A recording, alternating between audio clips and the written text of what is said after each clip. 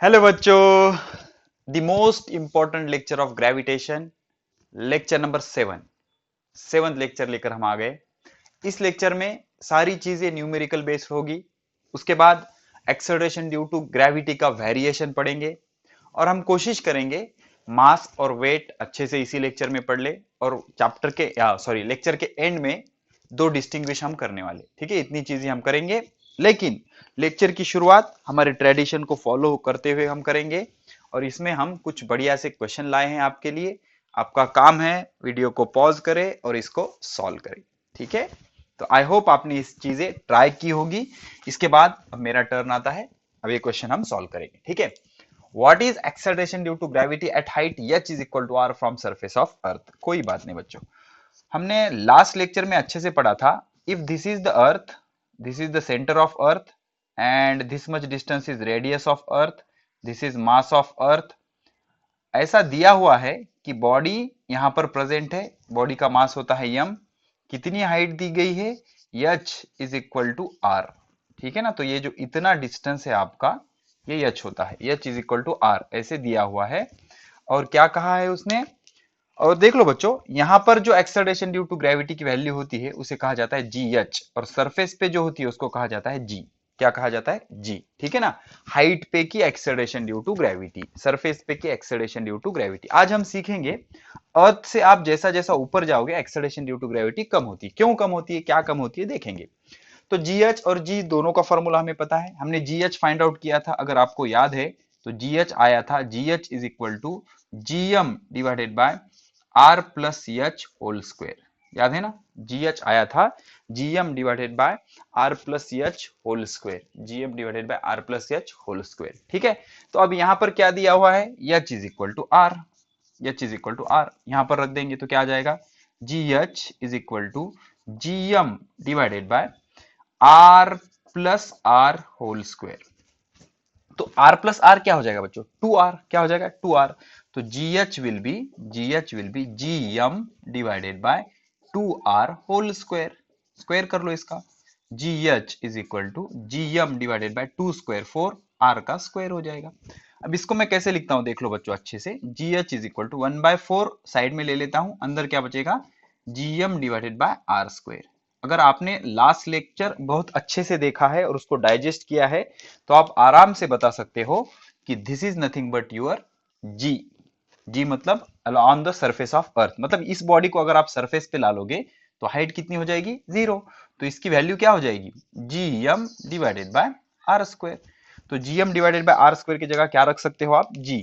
तो your answer will be g H is equal to g by four. मतलब जैसे ही आप सरफेस छोड़कर ऊपर जाने लगोगे एक्सेलरेशन ड्यू टू ग्रेविटी आपकी कम होती जाएगी, एक्सेलरेशन ड्यू टू ग्रेविटी आपकी कम होती जाएगी। तो H is equal to R, इस पर आपकी वैल्यू क्या होगी, G divided by four, surface से वन बाय फोर। ठीक है, तो चलो ये न्यूमेरिकल हमने बना लिया। ओके, बहुत ही इंटरेस्टिंग सा, बहुत ही बढ़िया सा न्यूमेरिकल था बच्चों, हमने इसको बना लिया। ठीक है, आज हम न्यूमेरिकल को सॉल्व करने की एक अलग ही टेक्निक सीखेंगे, ये टेक्निक आना जरूरी है, 12 पॉइंट ऑफ व्यू बहुत इंपॉर्टेंट है। क्या कह रहा है, find the gravitational force between man of mass 50 kilogram and car of mass 1500 kilogram separated by 10 metre. कोई बात नहीं, तो हम ऐसा कंसिडर करेंगे कि मैन को पहली बॉडी ले लेंगे, उसका मास है 50 किलोग्राम। उसके बाद कार को ले लेंगे, ठीक है, कार का मास, कार को सेकंड बॉडी ट्रीट करेंगे 1500 किलोग्राम। देन सेपरेटेड बाय मतलब डिस्टेंस कितना है, 10 मीटर। जी की वैल्यू याद होना जरूरी है, 6.67 इंटू 10⁻⁻11 न्यूटन मीटर स्क्वायर पर किलोग्राम स्क्वायर। कहीं पर भी ये वैल्यू चेंज नहीं होगी because it is a constant, universal gravitational constant. ये क्या होता है, यूनिवर्सल ग्रेविटेशनल कांस्टेंट। ठीक है ना, तो ये आ गया जी, m1 m2 और ये d। तो हमें पता करना है force is equal to what, F is equal to what. तो F का फॉर्मूला क्या होता है, F is equal to ji m1 m2 upon D square. ठीक है, तो सॉल्व करेंगे बच्चों इसको, कोई प्रॉब्लम नहीं। वैल्यूज पुट अप करो, जी की वैल्यू क्या होगी 6.67 इंटू 10⁻⁻11। यम वन मतलब पहला मास कितना है 50 इंटू m2 कितना है 1500 divided by d square m1 m2 divide by D square मतलब 10 का स्क्वायर, 10 का स्क्वायर कितना आएगा 100, कितना आएगा 100। तो ये दो जीरो को कैंसिल कर देंगे हम, तो बढ़िया से ये दो जीरो कैंसिल हो जाएंगे। अगर ठीक है चलो फिर क्या हो जाएगा ये देख लो बच्चों अच्छे से। 5 5 जा 25, 25 को 5 कैरी आया 2, 5 1 जा 1, तो ये आया 75, या 15 5 जा 75, 75 जीरो का जीरो, यह आ गया 6.67 इंटू यह आएगा 10 to the power minus 11, 10 to the power minus 11। Okay, अगर इसको आप 6.67 को 75 से मल्टीप्लाई करोगे तो ये अगर आपने जीरो कैंसिल कर दिया तो ये आएगा 10 to the power minus 10। I think you are very good in calculation, ठीक है ना बच्चों। तो ये लगभग ये 7 है अप्रोक्सीमेटली, ये कितना है 7, और ये भी 7 के लगभग है, तो 7 7 49 50, तो हमारा आंसर मैच हो जाएगा। आप ये कर सकते हो बच्चों आराम से, हम इसमें टाइम पास नहीं करेंगे, इजीली आप ये मल्टीप्लाई कर सकते हो। 6.67 इंटू 75 अगर आप करोगे तो इसका आंसर आ जाएगा बच्चों, मेरे हिसाब से इसका आंसर आना चाहिए 50 या sorry 500.25 into 10 to the power minus 10 newton. तो अगर 2 से सरका लोगे तो ये -8 हो जाएगा, तो ये आ जाएगा आपका फोर्स, फोर्स इतना आ जाएगा, फोर्स न्यूटन में। थोड़ा बहुत नीचे ऊपर चलेगा बच्चों, डजंट मैटर, ओके, बिकॉज जी की जो वैल्यू है वो बहुत स्मॉल होती है, तो थोड़ा बहुत एडजस्टमेंट इसमें आप कर सकते हो। ठीक है, मल्टीप्लीकेशन कर लोगे ना बच्चों, इतना कर लो यार प्लीज, ठीक है ना, मल्टीप्लीकेशन है वो इजी से आराम से आपको आ जाएगा। तो हमने कार और मैन के बीच का gravitational force of attraction find out कर लिया। मल्टीप्लीकेशन फर्स्ट से 10 तक आपने यही तो टाइम पास किया है ना यार बच्चों, ठीक है, मैथमेटिक्स आपको पढ़ाया होगा टीचर ने। ओके, तो इस तरह से प्रॉब्लम नंबर 5 हमने सॉल्व कर लिया। अब आ जाते हैं ये न्यूमेरिकल बहुत ही ज्यादा इंपॉर्टेंट है बच्चों। कौन सा सॉल्व करेंगे पहले, चलो ये आपके टेक्स्ट बुक में भी है बच्चों, this question is from your text book exercise. Okay, इसलिए इसको स्टार कर देते हैं। क्या कह रहा है, the radius of planet A is half the radius of planet B. कोई बात नहीं, देखो बच्चों ये ऐसा इसको डेटा कन्वर्ट करने आना चाहिए, radius of planet A. Okay, ये प्रॉब्लम 1, प्रॉब्लम 1 मतलब आपने वीडियो भगाया आगे पीछे किया तो आपको समझना चाहिए। The radius of planet A is half the radius of B, radius of planet A is half the radius of planet B. समझ रहे हो, radius of planet A is half the radius of planet B. उसके बाद if mass of A is m A, ठीक है, यम ए, मास ए का कितना है यम ए, कोई बात नहीं। what must be the mass of B, तो let that mass be mb, हम कंसीडर करेंगे कि mb है।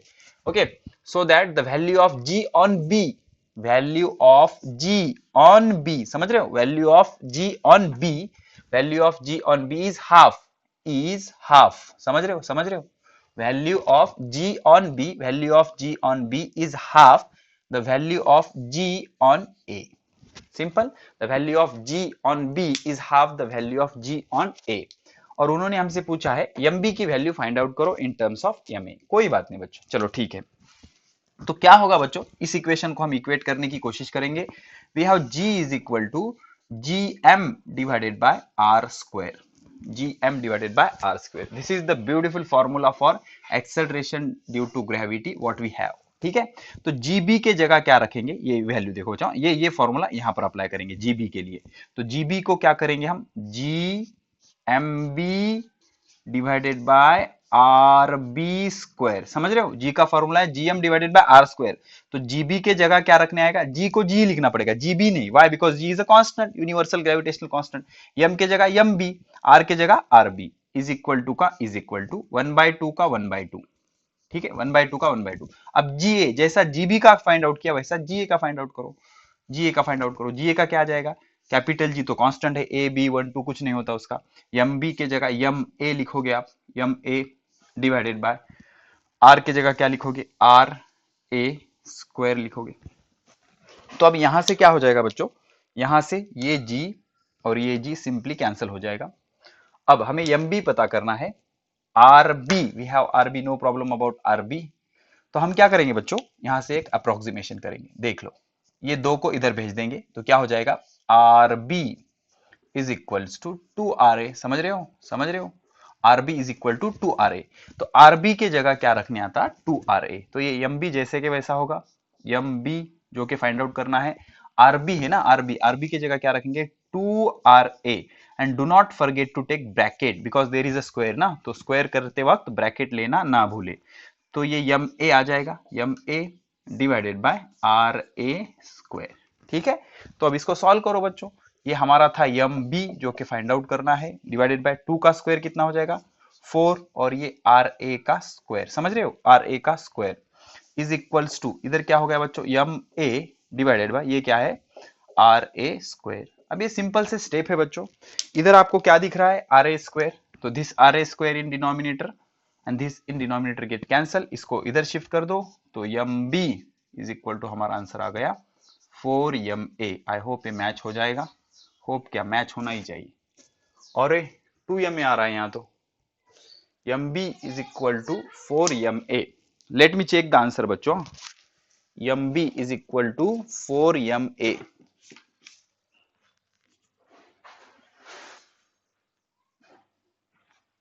Radius of planet A is half हो गया 1/2,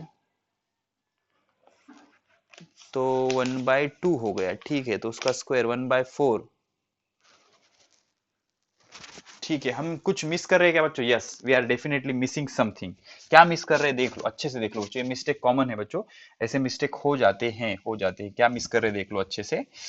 देखो यहाँ पर हमने कुछ गलती की है, क्या गलती की है, हमने इस 1/2 को छोड़ दिया बच्चों, ठीक है ना, ये 1/2 रह गया हमारा, दिस 1/2 विल रिमेन। चलो देखते हैं क्या होगा फिर, ये MB डिवाइडेड बाय 2 का स्क्वायर 4, ये RA स्क्वायर, कॉन्सेंट्रेशन बहुत जरूरी होता है बच्चों, ठीक है ना, ये 1/2 जैसे का वैसा, इसको हमने ऐसे ही छोड़ दिया ना, ऐसे कैसे छोड़ने चलेगा, तो ये MA आ गया, MA डिवाइडेड बाय ये RA स्क्वायर।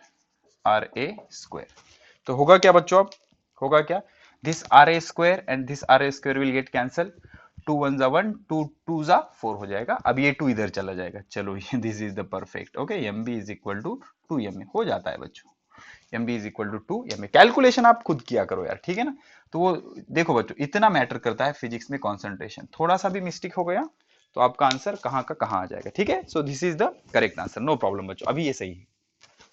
वो तो हमें भी पता है सर, अभी सही है, पहले क्या हुआ था सही करने के लिए, हो जाता है बच्चों, टीचर लोग भी इंसान ही होते ठीक है ना, ये था हमारा प्रॉब्लम नंबर 1, न्यूमेरिकल नंबर 1 हमने अच्छे से सॉल्व कर लिया। तो MB इज इक्वल टू क्या आ गया, 2MA।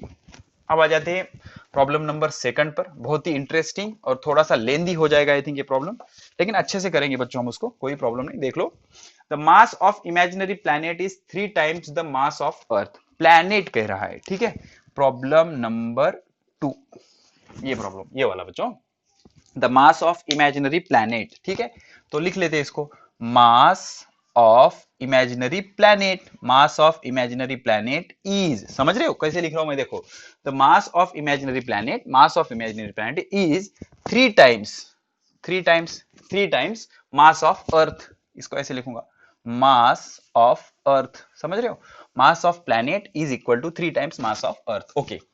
इट्स डायमीटर, इट्स मतलब अब किसका, प्लैनेट का, इट्स डायमीटर इज मतलब diameter of planet is equals to 256 kilometre, कोई बात नहीं बच्चों, डायमीटर ऑफ प्लैनेट आ गया है, ठीक है, एंड अर्थ डायमीटर इज, तो डायमीटर ऑफ अर्थ इज कितना है, 1280 किलोमीटर, ठीक है, चलो कोई बात नहीं। Find the acceleration due to gravity on the surface of planet, मतलब आपको जीपी की वैल्यू पता करना है, acceleration due to gravity on planet, समझ रहे हो logic, acceleration due to gravity on the planet, और उसके लिए आपको दिया गया है जी on earth, ji on earth दिया गया है 9.8 मीटर पर सेकंड स्क्वायर, एक्चुअली 9.77 होता है लेकिन हम लेते 9.88, ठीक है। तो हम क्या करेंगे बच्चों, यहां से रेडियस फाइंड आउट कर लेंगे, यहां से रेडियस फाइंड आउट कर लेंगे, तो radius of planet will be diameter divided by 2, diameter के हाफ होता है ना, तो क्या हो जाएगा 25600 डिवाइडेड बाय 2, 25600 डिवाइड बाय 2, जगह कितनी है वहां पर, 25600 बहुत कम, 25600 डिवाइड बाय 2, 2 1 जा 1, 2 1 जा 1, 2 2 जा 4, 2 8 जा 0 0, मतलब ये कितना आ गया बच्चों, रेडियस ऑफ प्लैनेट आ गया 12800 किलोमीटर।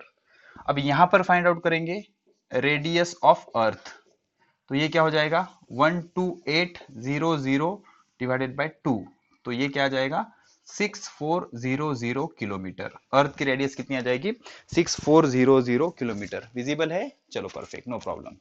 ठीक है, तो प्लैनेट और प्लैनेट की पता करना है, अर्थ की मालूम है। तो देख लो बच्चों, जी का जो फॉर्मूला होता है वो क्या होता है, जी is equal to G M divided by are square. समझ रहे हो, G is equal to G M divided by are square.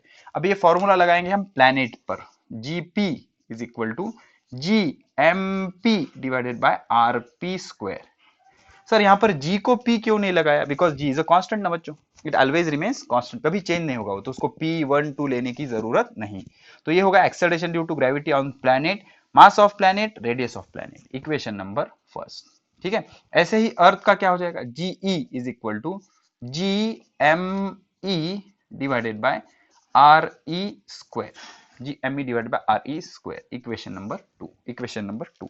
अब क्या करोगे आप, द इक्वेशन 1 को 2 से डिवाइड करोगे, 1 को 2 से डिवाइड करोगे तो क्या होगा, this g and this g will get cancel, क्या बचेगा जीपी डिवाइडेड बाय जीई। समझ रहे हो, gp divided by ge is equals to mp divided by me, mp divided by me into, इसका रिवर्स कर दो बच्चों, आर ई ऊपर जाएगा, r e square divided by R P square. कैसे आया सर ये है न्यूमरेटर, डिनोमिनेटर, डिनोमिनेटर का डिनोमिनेटर क्या होता है, न्यूमरेटर होता है। ठीक है, तो अब जीपी तो आपको पता करना है, जीई की वैल्यू मालूम है 9.8 है बच्चों, is equals to mp, mp के जगह क्या रखोगे आप 3 times m e divided by m e, divided by m e into, अब इसको क्या लिखता हूं मैं, देखो देख लो अच्छे से, r e divided by are p whole square. समझ रहे हो, r e divided by are p whole square, rules of indices, this m e get cancel, so finally gp is equal to, इसको इधर लेके चले जाओ 3 इंटू 9.8, ये 3 into 9.8 into यहाँ पर क्या हो जाएगा आर ई, आर ई किधर गया, आर ई है 6400 किलोमीटर, कोई बात नहीं, डिवाइडेड बाय 12800 किलोमीटर और इसका होल स्क्वायर। ठीक है, अब क्या हो जाएगा, this kilometre will cancel with this kilometre, this 2 zeros will gone, 64 जा 1, 64 2 जा 128, 2 का स्क्वायर कितना आ जाएगा 4, तो ये हो जाएगा 3/4 इंटू 9.8। ठीक है, तो अब इसको 4 से डिवाइड करूंगा मैं, 4 1 जा 1, 4 2 जा 8, एक रहा, 4 4 जा 16, 4 5 जा 20, 5 3 जा 15, 1 13 1 7, 7.35 और इसका यूनिट होगा मीटर पर सेकंड स्क्वायर, जीपी 7.35। हर बार रॉन्ग होने का खीर है, ठीक है ना 7.35 मीटर पर सेकंड स्क्वायर, परफेक्ट आंसर बच्चों। ठीक है, तो this is about numerical number 2। I hope इसको अच्छे से आपने पॉज करके लिख लिया होगा। हो गया बच्चों, चलो ठीक है, ये हो गया ना हमारा, तो हम इसको मेट यही हुआ ना बच्चों, यस ये हो गया हमारा, ये स्टार वाला तो पहले होगा था जो सर आपका रॉन्ग हो गया था ठीक है ना, चलो कोई बात नहीं, ओके चलो, तो इस तरह से हमने ये न्यूमेरिकल कर लिया। अब 2 बज जाते हैं बच्चों, इसको भी जल्दी से कर लेंगे, फिर हमारा जो इस टॉपिक का, इस लेक्चर का टॉपिक है variation of g along the surface with height with depth, ये चीजें हम अच्छे से पढ़ने की कोशिश करेंगे। ठीक है, कोशिश क्या करेंगे, जरूर पढ़ेंगे, अच्छे से पढ़ेंगे, बहुत अच्छे पढ़ेंगे। ठीक है, चलो क्या है ये देख लो, find acceleration due to gravity on the surface of planet whose mass and radius both are double that of the surface of earth। चलो कोई बात नहीं, प्रॉब्लम नंबर 3, प्रॉब्लम नंबर 3, तो हमें ऐसे प्लैनेट पे एक्सेलरेशन ड्यू टू ग्रेविटी पूछा है जिस प्लैनेट का मास, जिस प्लैनेट का मास मतलब mass of a planet is twice the mass of earth, again radius of planet is twice radius of earth, so we have to find out acceleration due to gravity on the planet, and it is given that acceleration due to gravity on earth is 9.8 metre पर second square. अब इसका shortcut भी है बच्चों, लेकिन हम अभी 10th में है, शॉर्टकट से नहीं जाएंगे, पूरी प्रोसीजर वाइज सॉल्व करेंगे। तो g का जो फॉर्मूला है वो होता है gm divided by are square.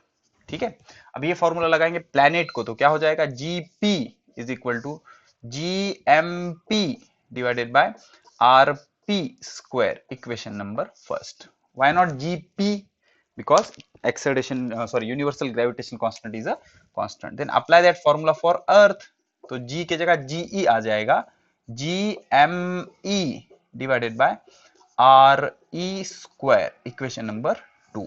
तो p के लिए लिखा, e के लिए लिखा, हमें p पता करना है तो डिवाइड 1 बाय 2, डिवाइड 1 बाय 2।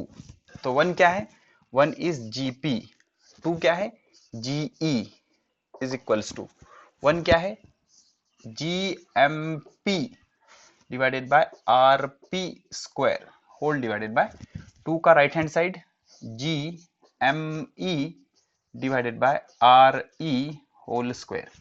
क्या हो जाएगा, g विल गेट कैंसल, नीचे का नीचे ऊपर चला जाएगा। तो ये स्टेप कैसी बन जाएगी बच्चों, देख लो अच्छे से, ये आ जाएगा mp divided by me into, इसको ऊपर लेके चले जाओ, are e square divided by R P square. So GP हमें पता करना है, जीई है आपका 9.8 is equal to mp, MP की जगह क्या रखोगे 2me, 2me divided by me, समझ रहे हो, 2me divided by me into, into इसको कैसे लिखोगे r e divided by are p whole square. ये कैंसिल हो जाएगा, इधर क्या बचेगा 2 into the bracket r e, r p की जगह क्या रखोगे 2re, तो ये आर ई जैसे का वैसा, और यहां पर आर पी की जगह क्या रखोगे 2re, 2re होल स्क्वायर। तो R E will get cancel, तो यहां क्या बचा जीपी, ये 9.8 इधर आ जाएगा, 9.8 इंटू ये 2 बचा हुआ 2 इंटू ये 2 का स्क्वायर क्या हो जाएगा 4, 2 का स्क्वायर क्या हो जाएगा 4, 2 1 जा 1, 2 2 जा 4, 2 1 जा 1, 2 4 जा 8, 2 9 जा 18, तो जीपी आ जाएगा 9.8 मीटर पर सेकंड स्क्वायर। तो उस प्लैनेट पर जिसका रेडियस और मास दोनों डबल था, एक्सेलरेशन ड्यू टू ग्रेविटी कितना होगा 4.9 मीटर पर सेकंड स्क्वायर।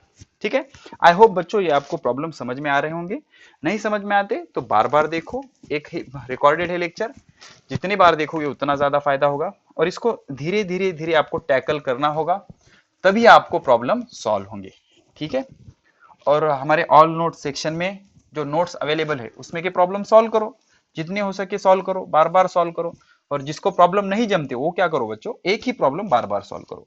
और आज आपके पास टाइम है, आज आप प्रॉब्लम सॉल्व करना सीख लोगे तो 11th-12th में बहुत ही आपको हेल्प हो जाएगी, वरना आपको बहुत हार्ड जाएगा बच्चों फिजिक्स सब्जेक्ट। ठीक है ना, तो इस तरह से ये चीजें होती है। प्रॉब्लम नंबर 4 क्या कहता है, two spheres of uniform density have mass 10 kilogram and 40 kilogram. कोई बात नहीं बच्चों, प्रॉब्लम नंबर 4, दो स्पीयर है, ठीक है, दो स्पीयर है, इसका मास है कितने कितने किलोग्राम के 10 किलोग्राम, और ये कितना है 40 किलोग्राम, 40 किलोग्राम।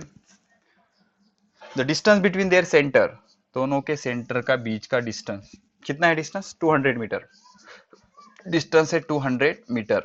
ठीक है, तो आपको क्या करना है, you have to find gravitational force between them, no problem.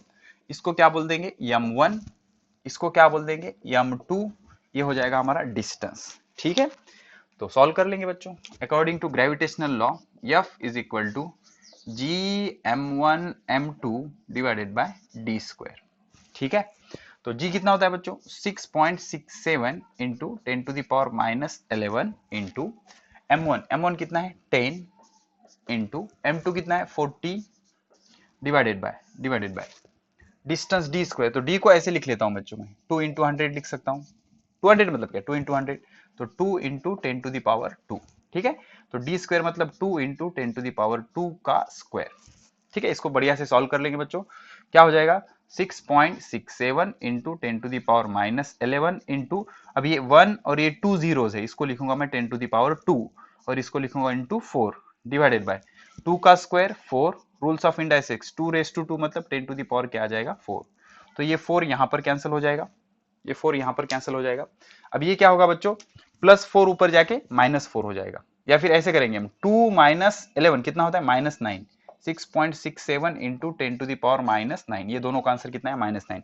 ये +4 ऊपर जाके -4, 10⁻⁻4, बेस सेम है, -9 - 4 -13, तो 6.67 into 10⁻⁻13 newton, this will be the gravitational force. ठीक है बच्चों, पॉज करके नोट कर लो। So that's it about all the numericals. तो ये सारे न्यूमेरिकल्स क्या कर दिए हमने, सॉल्व कर दिए। ठीक है, ओके बच्चों, पॉज करके लिख लो। आई होप कुछ ना कुछ तो आपके बने ही होंगे। ठीक है, तो इस तरह से ये न्यूमेरिकल होते हैं बच्चों, एक्सेलरेशन ड्यू टू ग्रेविटी पर। और क्या बच्चों, और हमने यूनिवर्सल लॉ ऑफ ग्रेविटेशन से ग्रेविटेशनल फोर्स भी फाइंड आउट करना सीख लिया है। ठीक है, तो अब शुरू करते हैं हमारा लेक्चर, जिसमें हमें पढ़ना है change in the value of small g. Acceleration due to value की कीमत या फिर उसकी जो वैल्यू है वो कैसे चेंज होती है, ये चीजें हमें सीखनी है। ठीक है, तो हेडिंग लगाओ बच्चों, variation in value of g. चलो कोई बात नहीं, variation in value of small g. अब इसमें क्या करता हूं बच्चों, मैं आपको कुछ एडवांस इंफॉर्मेशन, 12th की इंफॉर्मेशन देता हूं। सिर्फ इतना कीजिए कि घबराइए मत बच्चों प्लीज। हाँ, ये चीजें आपको 12th में आनी है, अभी से अगर पता होंगी तो बहुत मजा आएगा, अच्छा लगेगा आपको। ठीक है, तो इमेजिन करो ये आपका अर्थ है। ठीक है, suppose this is the earth, simple, ये आपका अर्थ है, समझ रहे हैं बच्चों। अब ये इसकी रेडियस है बच्चों। ठीक है, ये इसका सेंटर हो गया, ये रेडियस हो गई, इतनी इतनी क्या हो गई, रेडियस हो गई। होता क्या है बच्चों, इसकी डायरेक्शन देख लो, WENS,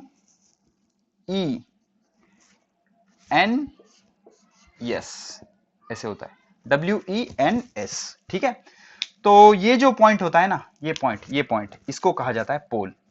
this line is called as पोल।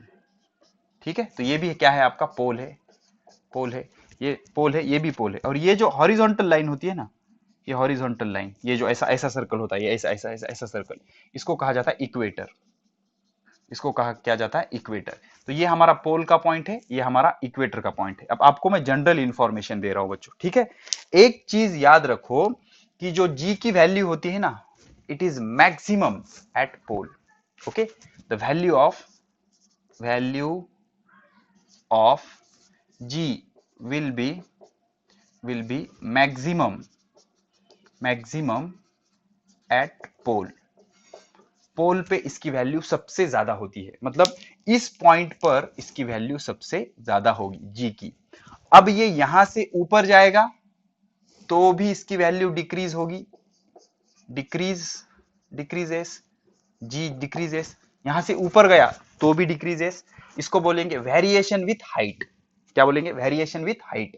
यहां से नीचे आएगा तो भी जी की वैल्यू क्या होगी, डिक्रीज होगी, तो भी डी की वैल्यू क्या होगी, डिक्रीज होगी।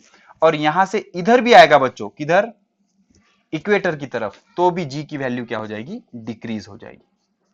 समझ रहे हो, ये अच्छे से ड्रॉ कर लो, सिंपल से समझ लो, ये प्रूफ बताऊंगा आपको मैं। यहां से ऊपर जाओगे तभी भी जी की वैल्यू कम होगी, यहां से नीचे आओगे toward the centre of earth तो भी जी की वैल्यू कम होगी, और यहां से ऐसे सरफेस पे भी मूव होंगे तो भी जी की वैल्यू क्या होगी, कम होगी। तो मैक्सिमम वैल्यू कहां पर होती है, पोल पर। और ऐसे भी आओगे तो वैल्यू कम होगी, ऊपर भी जाओगे तो वैल्यू कम होगी, और नीचे भी आओगे तो वैल्यू कम होगी। अब इसके फॉर्मूले क्या होते हैं, यहां पर जो वैल्यू होती है सरफेस पे, that is denoted by g. उसको कैसे रिप्रेजेंट करते हैं, जी से। जी मतलब acceleration due to gravity, acceleration due to gravity on surface of earth, तो वहां की जो वैल्यू होती है उसको कहा जाता है जी। अब ये जो होता है नीचे, इसको कहा जाता है डेप्थ। इसको क्या कहा जाता है, डेप्थ। नीचे आओगे तो इसको कहा जाएगा डेप्थ, ऊपर जाओगे तो इसको कहा जाएगा अल्टीट्यूड। क्या कहा जाएगा, अल्टीट्यूड, या फिर इसे कहते हैं हाइट। क्या कहते हैं, हाइट। यहां से ऊपर जाओगे तो एट हाइट कहते हैं, या फिर एट अल्टीट्यूड कहते हैं। अल्टीट्यूड मतलब हाइट। और नीचे आओगे तो डेप्थ कहते हैं, और यहां से ऐसे मूव होगे तो इसको कहा जाता है along the surface along the surface, या फिर जब आप 12th में जाओगे तो इसको कहेंगे अलोंग लैटिट्यूड या with latitude, with latitude, latitude. Basically latitude होता क्या है बच्चों, सपोज आपकी बॉडी यहां पर है, सपोज आपकी बॉडी यहां पर है, तो यहां सेंटर से अगर हमने ऐसी लाइन बना ली तो ये जो एंगल होता है ना इसको लैटिट्यूड कहा जाता है। अब ये फाई से डिनोट करते हैं, फाई से, कई बार लैम्बडा से डिनोट करते हैं, ठीक है ना। तो ये फाई लैम्बडा क्या होता है, लैटिट्यूड। अगर ये एंगल आपका 45 डिग्री है तो आप क्या कहोगे, you are at a point where latitude is 45 degree. ये हायर इंफॉर्मेशन है बच्चों, आपके सिलेबस में नहीं है। तो कई बुक में फाई से डिनोट है लैटिट्यूड, कई बुक में लैम्बडा से डिनोटेड है क्या, लैटिट्यूड, ठीक है ना। तो इस एंगल को क्या कहते हैं, लैटिट्यूड कहते हैं, ठीक है ना। तो जी की वैल्यू जो है वो अल्टीट्यूड से भी डिक्रीज होगी, लैटिट्यूड पे भी डिक्रीज होगी, और डेप्थ पे भी क्या होगी, डिक्रीज होगी, ठीक है ना। तो इसकी जो वैल्यू होती है ना बच्चों, इसकी जो वैल्यू होती है ना, उसका फॉर्मूला क्या होता है, उसका फॉर्मूला होता है जी एच। ठीक है, चलो एडवांस फॉर्मूले छोड़ दो, आप चुप ही कंफ्यूज हो जाएंगे। ये रफ आइडिया आ गई आपको। सरफेस से ऊपर जाओगे जी कम हो जाएगा, सरफेस से नीचे आओगे फिर भी जी कम हो जाएगा, और नीचे सेंटर पे आते जाओगे, जैसे जैसे सेंटर पे आते जाओगे, जैसे ही आप सेंटर पे आ गए तो जी की वैल्यू कितनी हो जाएगी, zero. At center value of g is zero, याद रखो, at center value of g is zero. और at infinity value of g is zero, समझ रहे हो। At infinity also value of g is zero. तो इन्फिनिटी से center तक हम आएंगे बच्चों, इन्फिनिटी पर जी की वैल्यू कितनी होगी, जीरो। तो नीचे नीचे आओगे, बढ़ती जाएगी, मैक्सिमम होगी, मैक्सिमम से फिर डिक्रीज होगी, फिर जीरो हो जाएगी, ठीक है। तो सेंटर पे जीरो, इन्फिनिटी पे जीरो, यहाँ पर नॉर्थ पोल पे मैक्सिमम, यहां से ऊपर जाओगे तो डिक्रीज, और यहां से नीचे भी आओगे तो डिक्रीज। यहां पर मैक्सिमम, इन्फिनिटी पे जीरो, सेंटर पे जीरो, ठीक है, ऐसे याद रखो। ओके, तो इस तरह से ये चीजें होती है। तो हमें तीन तरह का चेंज सीखना है, along the surface, along the height, along the depth, ठीक है। तो ये डायग्राम ड्रॉ कर लो, हो गया, चलो ठीक है। अब एक एक से हम स्टडी करेंगे बच्चों। इतनी चीज तो आपको रियलाइज हो गई कि जी की वैल्यू जो है वो पोल पे मैक्सिमम होती है, पोल मतलब जो वर्टिकल लाइन होती है ना उस पे मैक्सिमम होती है, और इक्वेटर पे मिनिमम होती है, इक्वेटर पे मिनिमम होती है। अभी क्यों होती है ये हमें सीखना है। देखो बच्चों, अर्थ जो है it is not rest, earth rest नहीं है, earth is revolving due to revolution of earth continuously, continuously घूमने के वजह से अर्थ का जो शेप है it is not exact circular, earth का शेप एग्जैक्ट सर्कुलर नहीं है। तो वो कैसा है, ये देख लो, वो कुछ इस तरह का है, ठीक है ना, ऐसा शेप। इतना नहीं होता लेकिन मैं डायग्राम में बता रहा हूं, मतलब एग्जैक्ट स्फीयर है क्या अर्थ, नहीं, ये ऐसा शेप है। इसको क्या कहा जाता है, oblate, not omelette, oblate, 12th का बता रहा हूं मैं आपको, oblate इलिप्सॉइडल, oblate ellipsoidal. Due to revolution of earth continuously, the shape of earth is not exactly sphere but it is oblate ellipsoidal. अगर गूगल करोगे तो आपको पता चलेगा बच्चों, ये जो आपकी डायमीटर है, इस डायमीटर से, ये डायमीटर इस डायमीटर से, मतलब diameter along equator is greater than diameter along pole. ये जो है आपकी, ये क्या है, डायमीटर ऑफ पोल, ये क्या है, डायमीटर ऑफ इक्वेटर। तो इक्वेटर की जो डायमीटर है पोल से, diameter of equator minus diameter of pole is 43 kilometre, समझ रहे हो। मतलब ये जो डिस्टेंस है आपका, ये डिस्टेंस इस डिस्टेंस से 43 किलोमीटर ज्यादा है, 43 किलोमीटर ज्यादा है। तो अगर आप यहां की वैल्यू फाइंड आउट करोगे तो वैल्यू कैसे आएगी, g at equator, g at equator आएगा, G M mass of earth तो सेम रहेगा, divided by R e, R e at equator, R e at equator square. अगर यहां की वैल्यू फाइंड आउट करोगे तो क्या आएगा, g at pole is equal to, G mass तो सेम रहेगा, पूरा मास लेना पड़ेगा, divided by R P square, radius at pole. तो हमें पता है radius at equator is greater than radius of pole. तो ये अगर ज्यादा है बच्चों, ओके, इसका डिनोमिनेटर अगर ज्यादा है तो आंसर कम आएगा, आंसर कम आएगा। तो इसकी जो वैल्यू है इक्वेटर पर, वैल्यू आ जाती है 9.78, इक्वेटर पर की वैल्यू कितनी है, 9.78 मीटर पर सेकंड स्क्वायर, और पोल पे की जो वैल्यू है वो होती है 9.832, 9.832 मीटर पर सेकंड स्क्वायर। तो यहां पर वैल्यू मैक्सिमम होती है, कितनी होती है, 9.832 मीटर पर सेकंड स्क्वायर, और यहां पर वैल्यू मिनिमम होती है, क्यों, बिकॉज ये डिस्टेंस बढ़ गया ना, ये डिस्टेंस बढ़ गया। अब टोटल डिस्टेंस कितने से बढ़ा, 43 किलोमीटर से, तो ये डिस्टेंस कितने से बड़ा होगा, 21.5 किलोमीटर से, ठीक है। तो 21.5 किलोमीटर ये डिस्टेंस बढ़ जाने से ये वैल्यू कम हो गई, ठीक है, तो इसका आंसर कैसे लिखोगे? Variation in the value of g, variation in the value of g. तो number one along the surface, along the surface, along the surface. तो इसमें क्या क्या लिखना पड़ेगा? देखो, ड्यू टू, देख लो, due to continuous, continuous rotation, rotation of earth, of earth, the shape of earth, the shape of earth is not exact sphere, but it is blug at equator, blog at equator. Blog मतलब फूक गया, ऐसा फुगीर भाग है उसका, ऐसा बाहर निकल गया ना, फुगीर, ब्लग हो गया, ब्लग हो गया, बल्ज भी कहते हैं कई लोग इसे, ब्लग मतलब फूक गया वो, bulge at equator and flat at pole, flat at pole. और पोल पे क्या हो गया? फ्लैट हो गया, चपटा हो गया ना, ऐसा चपटा हो गया, दब गया ऐसा, flat at pole. Hence radius, radius at equator, radius at equator is greater, radius at equator is greater than radius at pole, radius at pole। तो पोल से इक्वेटर की रेडियस कैसा होगी? ज्यादा होगी। अब जी की वैल्यू रेडियस से इनवर्सली प्रोपोर्शनल है, तो जिसकी रेडियस ज्यादा उसकी वैल्यू कैसी होगी? कम होगी। Hence acceleration due to gravity, acceleration due to gravity at equator will be minimum and maximum at pole, maximum at pole। तो पोल पर एक्सेलरेशन ड्यू टू ग्रेविटी की वैल्यू कैसी होगी बच्चों? मैक्सिमम होगी, और इक्वेटर पे एक्सेलरेशन ड्यू टू ग्रेविटी की वैल्यू मिनिमम होगी। अब कितनी होती है? पोल पे कितनी होती है? 9.832 मीटर पर सेकंड स्क्वायर, और इक्वेटर पे कितनी होती है? 9.78 मीटर पर सेकंड स्क्वायर, मीटर पर सेकंड स्क्वायर। तो सिंपल सी आइडिया है बच्चों। तो आपको क्वेश्चन क्या आता है, एमसीक्यू कैसा आता है?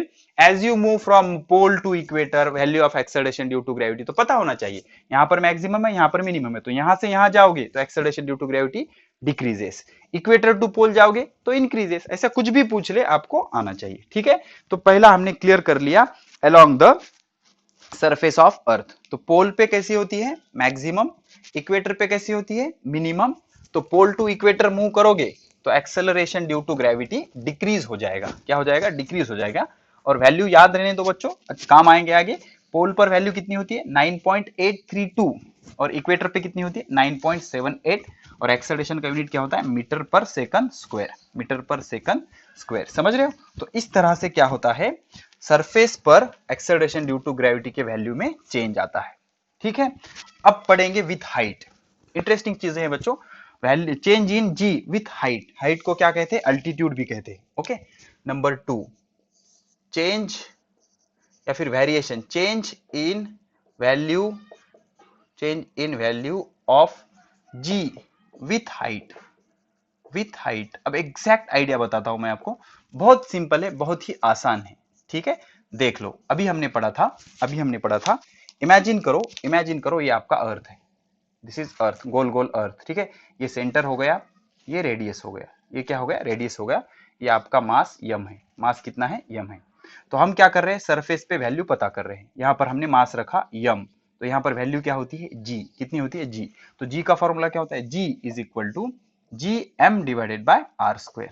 मतलब आपने जी रखा, जी कितना होता है? 6.67 into 10⁻⁻11 into mass of earth कितना होता है? सॉरी 2 इंटू 10⁻30, 2 इंटू 10⁻30, और रेडियस कितना होता है? 6.4 इंटू 10⁻6 मीटर करना पड़ेगा, और इसका स्क्वायर। अगर इसको आप कैलकुलेट करोगे तो 9.77 आ जाएगा। इसको हम अप्रोक्सीमेटली कितना लेते हैं? 9.8 मीटर पर सेकंड स्क्वायर। तो यहां पर जी की वैल्यू कितनी होगी? 9.8 मीटर पर सेकंड स्क्वायर। लेकिन अब हम क्या कर रहे हैं? अब इस बॉडी को उठाकर हम ऊपर ले जा रहे हैं, यहां से विथ हाइट ना, यहां से ऊपर ले जा रहे हैं हम, यहां तक आ गए इतने हाइट पर। तो अब यहां पर आ गए तो यहां पर acceleration due to gravity G नहीं रही, जी तो सरफेस पे थी ना। यहां पर आप क्या कहोगे? जी, और इसके बेस पे क्या लिखोगे? H, g h, acceleration due to gravity at height h, acceleration due to gravity at height h. अब दो पॉइंट के बीच का डिस्टेंस कितना हो गया? आर, पहले आर था, अब are plus H, are plus H. तो जी एच कितना आएगा? जी एच आएगा जी m divided by r plus H whole square, gm divided by r plus H whole square. अब कोई भी बता सकता है r plus H whole square, r plus H whole square is greater then r square. ये जो है ये ग्रेटर है किससे? आर स्क्वायर से। अगर आपका डिनोमिनेटर बढ़ जाता है तो आंसर कम हो जाएगा, आंसर कम हो जाएगा। तो ये अगर बढ़ गया तो ये आंसर कैसा आएगा? कम आएगा। ऑब्वियस सी चीज है ना, 10/2 और 10/5, 5 इज ग्रेटर देन 2 ना, तो इसका आंसर कितना आ रहा है? 2। इसका आंसर कितना आ रहा है? 5। तो जिसका डिनोमिनेटर छोटा, उसका आंसर बड़ा, और जिसका डिनोमिनेटर बड़ा उसका आंसर छोटा। तो इसका डिनोमिनेटर कैसा है? बड़ा है, तो इसका आंसर छोटा आएगा। तो GH will be less than G, GH will be less than G। तो as height increases,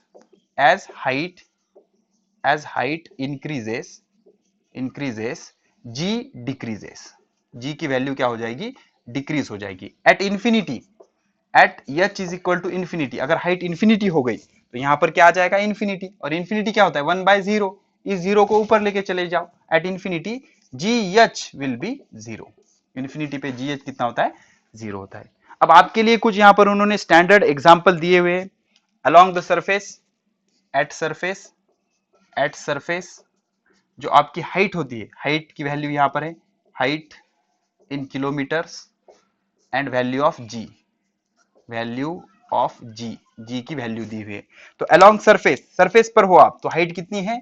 0। Acceleration due to gravity कितनी होगी? 9.8 मीटर पर सेकंड स्क्वायर। कब? जब आप सरफेस पर होगे। कब होगे? सरफेस पर।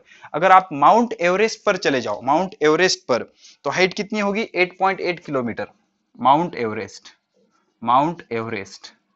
ठीक है, माउंट एवरेस्ट पर हाइट कितनी होगी? 8.8 किलोमीटर। लेकिन ऑलमोस्ट वैल्यू सेम ही रहेगी, 9.8 मीटर पर सेकंड स्क्वायर। मतलब उतनी ज्यादा हाइट कंसिडरेबल नहीं है। लेकिन आप अगर वेदर सैटेलाइट की हाइट लोगे, वेदर सैटेलाइट मतलब जो सैटेलाइट बारिश, धूप, टेम्परेचर ये मेजर करने के लिए यूज होता है, उसको क्या कहते हैं? Weather satellite. Weather satellites are polar satellite, it revolves in such a plane, this plane, ऐसे प्लेन में वो रिवॉल्व होते हैं। इसको कहते हैं पोलर प्लेन। कौन सा प्लेन? Polar plane. और ऐसे प्लेन में एक सैटेलाइट घूमता है, ऐसे प्लेन में, इसको कहते हैं इक्वेटोरियल प्लेन, ठीक है ना। वो जो प्लेन था उसको पोलर प्लेन कहते हैं, इसको इक्वेटोरियल प्लेन कहते हैं। तो वेदर सैटेलाइट इस प्लेन में घूमता है, पोलर प्लेन में, और इसकी हाइट होती है 400 किलोमीटर। ओके, कितनी होती है? 400 किलोमीटर। वेदर सैटेलाइट की हाइट 400 किलोमीटर होती है। तो अगर हाइट 400 किलोमीटर है तो एक्सेलरेशन ड्यू टू ग्रेविटी हो जाएगी 8.7 मीटर पर सेकंड स्क्वायर। ठीक है। अब man made balloon, height reach by man made balloon, ठीक है। जो बलून होता है ना, बलून, ओके, फुग्गे वगैरह होते हैं, तो मैक्सिमम कितने हाइट पर जाते हैं वो? 36.6 किलोमीटर। कितने? 36.6 किलोमीटर। तो वहां पर वैल्यू होती है 9.77 मीटर पर सेकंड स्क्वायर। ठीक है।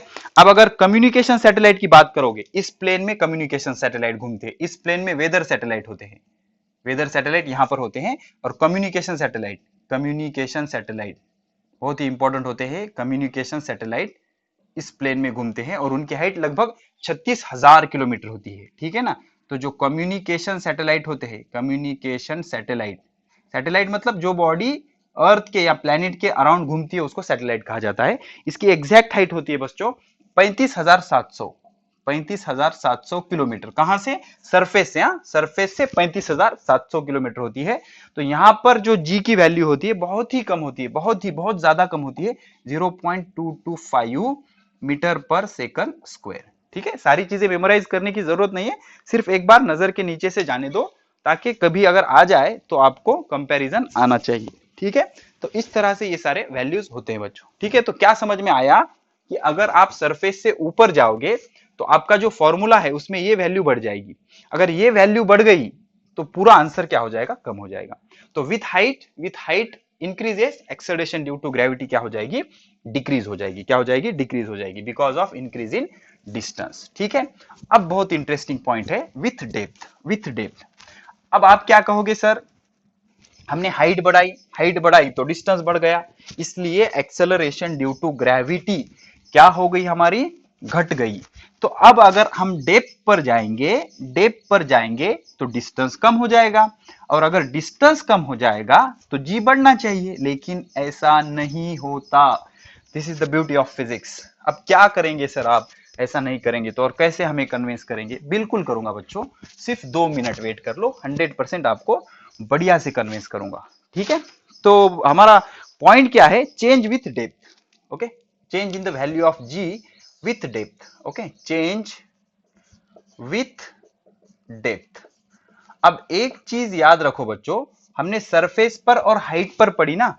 सरफेस पर पढ़ी तब ये पूरा अर्थ का मास हम कंसीडर कर रहे थे, बॉडी यहां पर थी, और हाइट पर पढ़ी तब भी मास सेम था और हम यहां पर गए थे।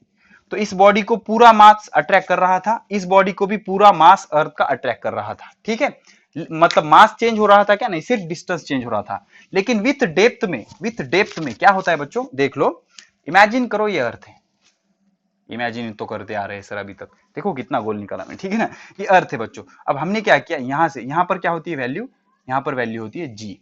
ठीक है, ये सेंटर होता है और ये रेडियस होती है। अब मैंने क्या किया, यहां पर टनल कर दिया, ऐसे टनल करके बॉडी को लेकर आया यहां पर। तो ऑफकोर्स आप कहोगे सर अब ये डिस्टेंस कम हो गया हमारा, ये डिस्टेंस हो गया डेप्थ डी। ठीक है, तो हमारा फॉर्मूला क्या है?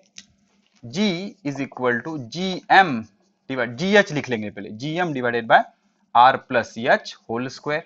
ठीक है, मतलब यहां पर ये हाइट हो गई हमारी, this is our height and this is our radius.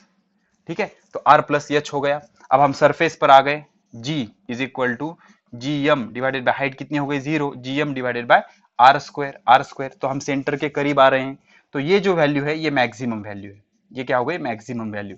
अब इसके नीचे आए, अब क्या हुआ सर? ये जो आर प्लस एच था वो कम होते गया और कितना होगा? आर स्क्वायर होगा। अब इसके नीचे अगर आप आओगे तो 100% आर कम हो जाएगा, आर कम हो जाएगा, लेकिन मास यम नहीं रहेगा, मास यम नहीं रहेगा। Why? Because now the body is on small earth, body जो है अब वो स्मॉल स्पीयर पर आ गई। तो इतने स्पीयर के वजह से इस पर जो वेट होगा या फिर जो कुछ भी फोर्स होगा, तो अब ये छोटे अर्थ पर आ गया जिसका मास है यम डैश। क्या है? यम डैश। तो अगर मैंने यहां पर वैल्यू लिखी क्या? जी डी, जैसे हाइट पर मैंने क्या लिखा था? जी h, acceleration due to gravity at height h, surface पर कुछ भी नहीं लिखा, और डेप्थ पर acceleration due to gravity at depth. तो इसका फॉर्मूला होगा बच्चों g d is equal to capital g, ये तो कांस्टेंट रहता है। अब यम नहीं लिख सकता मैं, बिकॉज पूरे अर्थ पर मेरी बॉडी है क्या? नहीं, अब मेरी बॉडी ये छोटे स्पीयर पर है, छोटे अर्थ पर है, जिसका मास कितना है? यम डैश। तो मुझे लिखना पड़ेगा यम डैश डिवाइडेड बाय,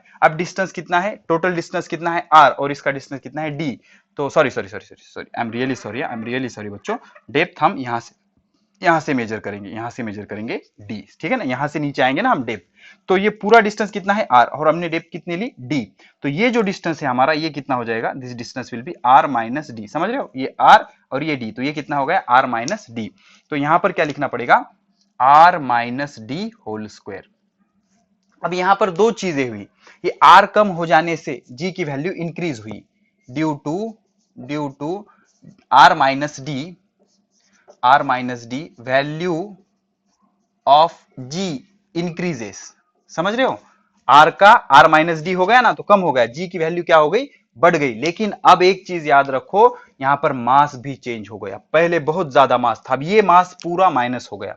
इस मास के वजह से, इतने मास के वजह से एक्सेलरेशन ड्यू टू ग्रेविटी घट जाएगी। Why? Because acceleration due to gravity is directly proportional to mass of planet, and acceleration due to gravity is inversely proportional to square of distance. तो यहां पर दोनों चीजें बदल रही है, डिस्टेंस भी बदल रहा है और मास भी बदल रहा है। व्हाई? बिकॉज हमने बॉडी को यहां से यहां पर लेके आया, तो अब बॉडी छोटे अर्थ पर है जिसका मास इतना है, तो इतने मास का हमें लॉस हो गया। तो ये मास कम होने की वजह से एक्सेलरेशन ड्यू टू की ग्रेविटी की कीमत क्या हो जाएगी? कम हो जाएगी। तो due to r minus d value of g increases, due to m dash value of g decreases, value of g decreases. तो एक के वजह से बढ़ जाएगी और एक की वजह से घट जाएगी। अब साइंटिस्ट ने दोनों को जोड़कर देखा, तो यहां पर कंबाइन इफेक्ट क्या होगा? Combine effect net value decrease, net value क्या होती है? डिक्रीज होती है, नेट वैल्यू क्या होती है? डिक्रीज होती है। ठीक है, समझ रहा है आपको?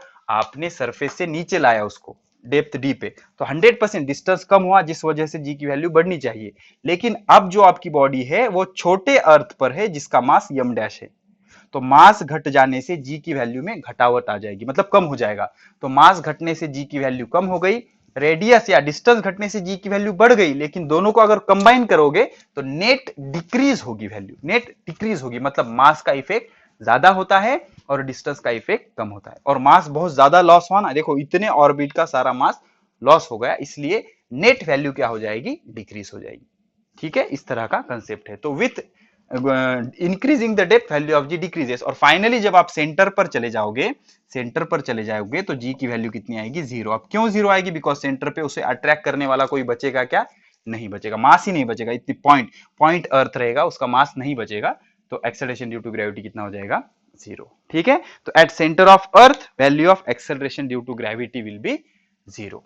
ठीक है, तो यहां से आप ऊपर जाओगे, मैक्सिमम वैल्यू यहां पर होती है, यहां से ऊपर आपकी वैल्यू जी की कम होगी, यहां से आप इक्वेटर की तरफ जाओगे जी की वैल्यू कम होगी, यहां से नीचे आओगे तो भी इक्वेटर पे वैल्यू, यहां से नीचे आओगे तो भी जी की वैल्यू कम होगी, यहां पर वैल्यू जीरो होती है, इन्फिनिटी पर जीरो, और यहां पर मैक्सिमम। ठीक है, so this is the concept. Okay, तो इस तरह से हमने एक्सेलरेशन ड्यू टू ग्रेविटी का वेरिएशन पढ़ लिया। ठीक है, आई होप ये सारी चीजें आपने लिख ली है।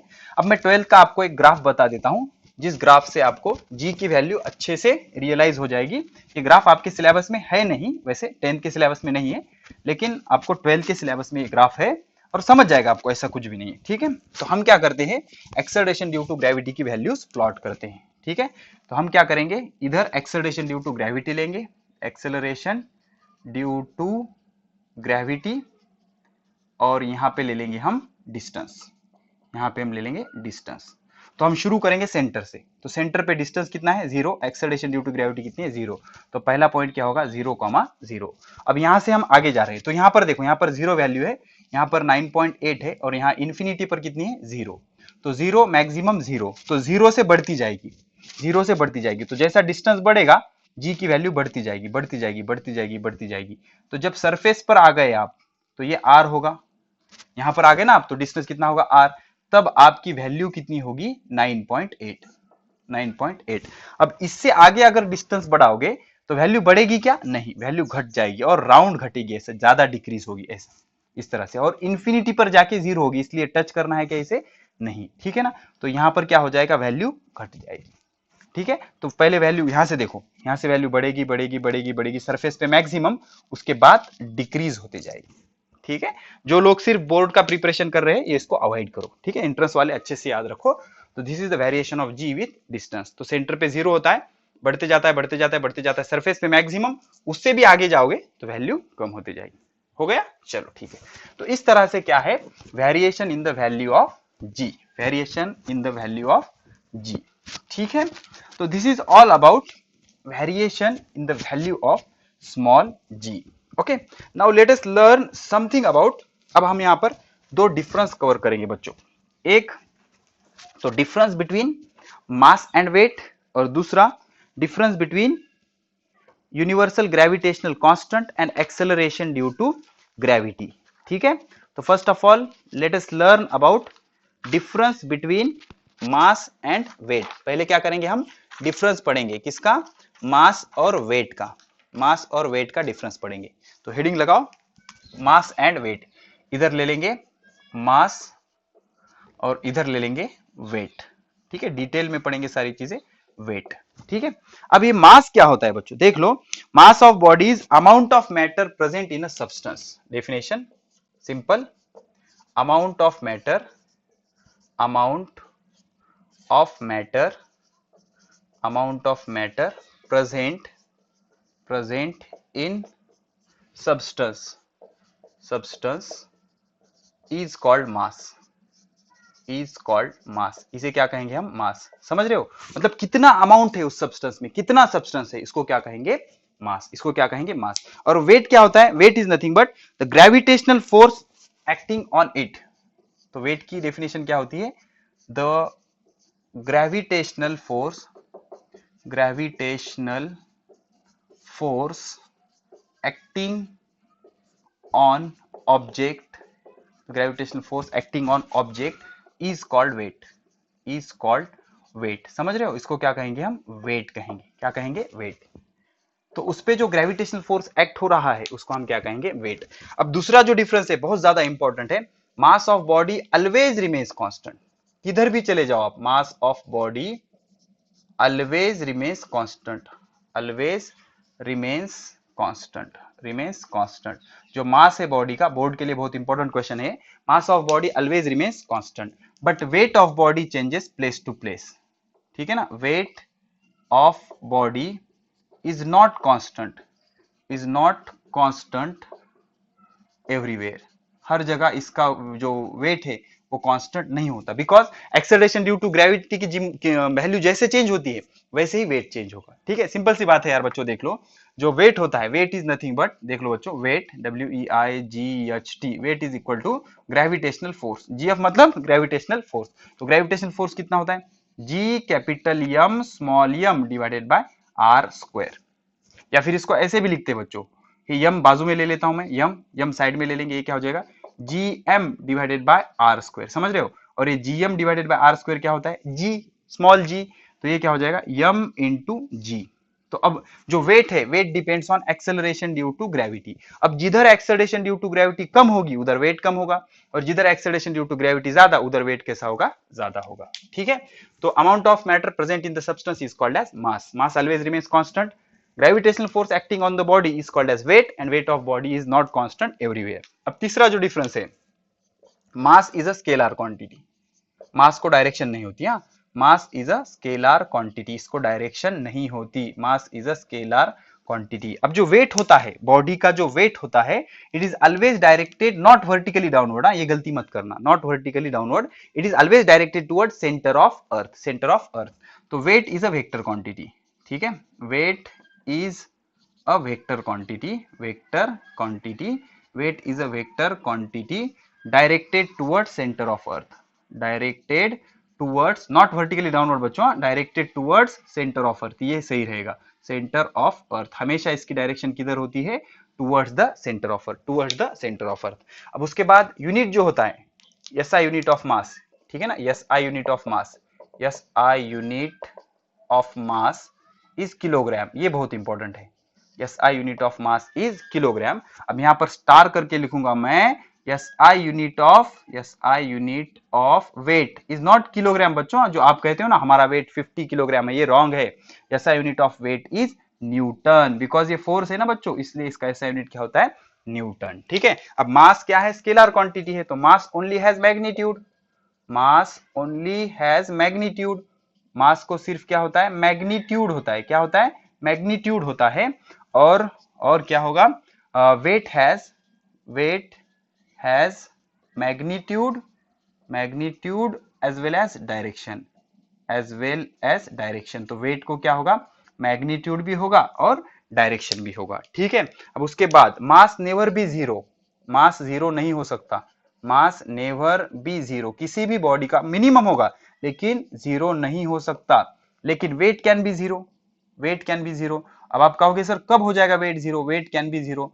अब देख लो, जहां पर भी जी की वैल्यू जीरो होती है वहां पर वेट जीरो हो जाएगा। At centre and eight infinity, at infinity, centre और इंफिनिटी पर जी की वैल्यू कितनी होती है? जीरो। तो वेट इज इक्वल टू क्या होता है? m into g. तो weight at centre of earth is zero and weight at infinity is zero. तो इंफिनिटी पर वेट कितना हो जाएगा? जीरो, और सेंटर पर भी वेट कितना हो जाएगा? जीरो। ठीक है ना, तो इस तरह से ये चीजें हम देखते हैं। तो this is the difference between mass and weight. समझ रहे हो आप? This is the difference between mass and weight. Mass क्या है? Amount of matter present in the substance is called as mass. और वेट मतलब क्या बच्चों? Gravitational force acting on the object is called as weight. उसको क्या कहा जाएगा? वेट। और वेट क्या होता है? फोर्स होता है। वेट क्या होता है? फोर्स। और वेट का जो फॉर्मूला होता है वो होता है mg। तो एक्सेलरेशन ड्यू टू ग्रेविटी जैसे चेंज होगा वैसे ही आपका वेट चेंज होता है। क्या चेंज होता है? वेट चेंज होता है। ठीक है, आई होप आपने ये पॉज करके सारी चीजें लिख ली है। ठीक है, चलो फटाफट और एक एक डिफरेंस कवर कर लेते हैं हम। तो नेक्स्ट जो डिफरेंस हमें देखना है वो है यूनिवर्सल ग्रेविटेशनल कांस्टेंट। कौन सा? Universal gravitational constant. और दूसरा कौन सा? एक्सेलरेशन ड्यू टू ग्रेविटी का। अब यूनिवर्सल ग्रेविटेशनल कांस्टेंट क्या है बच्चों? एक कांस्टेंट है कैपिटल जी, जिसकी वैल्यू कैसी है? फिक्स है। लेकिन एक्सेलरेशन ड्यू टू ग्रेविटी क्या है? इसकी वैल्यू प्लेस टू प्लेस क्या होती है? चेंज होती है। क्या होती है? चेंज होती है। तो let us differentiate between universal gravitational constant and acceleration due to gravity. ठीक है, तो नेक्स्ट क्वेश्चन लो बच्चों, डिफरेंस बिटवीन, क्या difference between universal gravitational constant and acceleration due to gravity. Capital G और इधर क्या लेंगे, स्मॉल जी, समझ रहे हो, capital G and small g. ठीक है, तो पहला difference, universal gravitational constant is numerically equal to, अब इसकी डेफिनेशन लिखेंगे बच्चों, याद आ रही है डेफिनेशन, इसकी डेफिनेशन क्या होती है, G is equal to F when m1 is equal to m2 is equal to 1 kilogram and D is equal to 1 meter। मतलब universal gravitational constant is equal to gravitational force between two bodies of masses 1 kilogram separated by distance of 1 metre. और acceleration due to gravity क्या होता है, the acceleration produce because of gravitational force के वजह से जो acceleration produce होता है उसे कहा जाता है एक्सेलरेशन ड्यू टू ग्रेविटी। इसकी जो वैल्यू होती है always remains constant, capital G value always remains constant, ठीक है। और इसकी जो वैल्यू है चेंज प्लेस टू प्लेस, हर जगह इसकी वैल्यू क्या हो जाएगी, चेंज हो जाएगी, ठीक है। इसका जो एसआई यूनिट होता है, एसआई यूनिट होता है न्यूटन मीटर स्क्वायर पर किलोग्राम स्क्वायर होता है। और इसका जो एसआई यूनिट होता है मीटर पर सेकंड स्क्वायर होता है। अब सीजीएस की बात कर ले, सीजीएस यूनिट जो होता है डाइन सेंटीमीटर स्क्वायर पर ग्राम स्क्वायर होता है, रिवाइज कर लो बच्चों। और इसका जो सीजीएस यूनिट होता है वो होता है सेंटीमीटर पर सेकंड स्क्वायर, ओके। अब कैपिटल जी जो होती है it has magnitude and no direction, ठीक है ना, ये स्केलर होता है। अब कांस्टेंट है मतलब क्या होगा, स्केलर, तो ये क्या हो जाएगा, वेक्टर। कैपिटल जी क्या होता है, वेक्टर, ठीक है। इसको सिर्फ मैग्नीट्यूड होती है बच्चों, स्केलर को क्या होता है, सिर्फ मैग्नीट्यूड होती है। इसको क्या होता है, मैग्नीट्यूड और डायरेक्शन दोनों होते हैं, magnitude as well as direction. अब मैग्नीट्यूड तो होगी, डायरेक्शन किधर होगी, towards the centre of earth. अब इसकी जो वैल्यू होती है वो फिक्स होती है 6.67 इंटू 10⁻11 न्यूटन मीटर स्क्वायर पर किलोग्राम स्क्वायर। इसकी वैल्यू सिर्फ सरफेस पे जी ऑन अर्थ कितनी होती है, 9.8 मीटर पर सेकंड स्क्वायर, ठीक है। So these are the some common difference between what, capital G and small g. तो कैपिटल जी को यूनिवर्सल ग्रेविटेशनल कांस्टेंट कहते हैं because it is constant everywhere, ठीक है बच्चों। तो इस तरह से ये बहुत ही इंपॉर्टेंट, बहुत जबरदस्त लेक्चर को हम करते हैं समाप्त। इसके आगे का जो लेक्चर होगा might be that is second last lecture, और उसके आगे के लेक्चर में तो 100% हम चैप्टर को फिनिश कर देंगे। तब तक पढ़ाई करते रहे, ऑल द वेरी बेस्ट।